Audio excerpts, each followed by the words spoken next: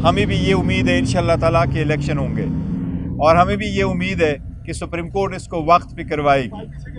मैं सिर्फ ये कह रहा हूँ कि ये शॉर्ट सी स्टेटमेंट मैंने देनी थी।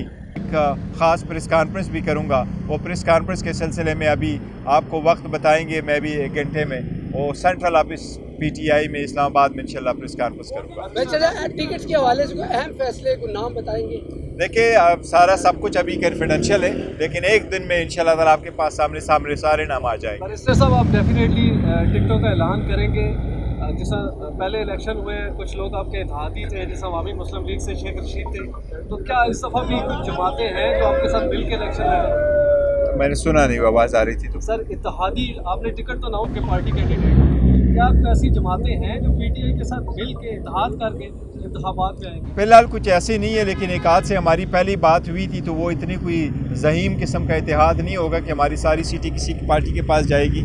अगर कोई एक आध सीट किसी पार्टी के साथ जो पहले मुआहदा हुए हैं उसकी कुछ कमिटमेंट हुई थी वो हमारे साथ और हमारी ही सिंबल पे इलेक्शन लड़ेंगे, उनको 1-2 सीटें अगर हमने देनी थी वही है। फिलहाल हमारे पास किसी पार्टी के साथ एज अ होल अलायंस नहीं है कि हम उनको टिकटें दें सारी। बैरिस्टर साहब, ये बताइएगा जो आर्टिकल छपा है इकोनॉमिक्स में खान साहब का, उसका बड़ा चर्चा है। कहा जा रहा है कि ये आर्टिकल बाहर से लिखा गया, कह रहे हैं कि खान साहब ने लिखा है। इस बारे में आपकी बात हुई है?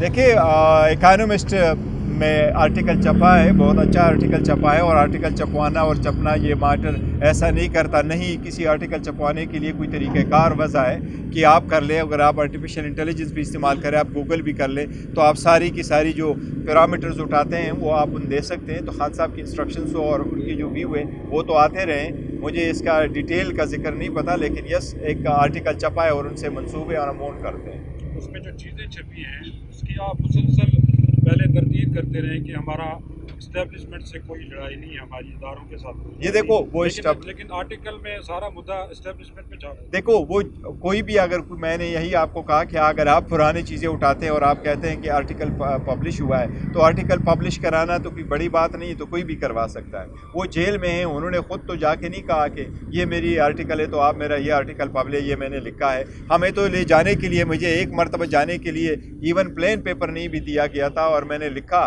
तो टिश्यू पेपर पे मैं लिखा था उसको इंस्ट्रक्शन, एक्सेप्ट कि इस मरतबा जो हाई कोर्ट का ऑर्डर है वो ऑफ कोर्स इम्प्लीमेंट हुआ है और मुझे जाने की इजाज़त दे दी गई है, लेकिन पहले नहीं जाता रहा। देखिए जहाँ तक इदारे और उनके साथ झगड़ा, मैं तो बारहा कह चुका हूँ, हमारा किसी के साथ कोई झगड़ा नहीं। मोर देन वंस हम कह चुके हैं, हम सारे इदारों का एहतराम करते हैं और हमारा किसी के साथ कोई झगड़ा नहीं है, इसमें कोई दो राय नहीं होनी चाहिए। हम मुल्क के साथ है, अवाम के साथ है, कानून की बालादस्ती के साथ है, और इसी के लिए कोशिश करेंगे इंशाअल्लाह। इलेक्शन से पहले PTI में दरार नज़र आ रही है, खासतौर पे आपने इस्लामाबाद में अलहदा प्रेस कॉन्फ्रेंस की, शेर अफजल साहब ने अलहदा प्रेस कॉन्फ्रेंस की, उनके सुप्रीम कोर्ट और चीफ जस्टिस के हवाले से बयान से आपने तलगी कर ली, ये क्या नहीं, देखो ऐसा नहीं है। वो जो प्रेस कॉन्फ्रेंस हुई थी, प्रेस कॉन्फ्रेंस होनी थी और मेरी सिर्फ प्रेस कॉन्फ्रेंस होनी थी।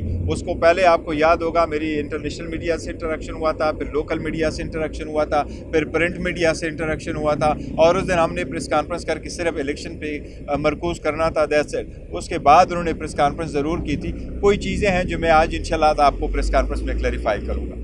Thank you so much.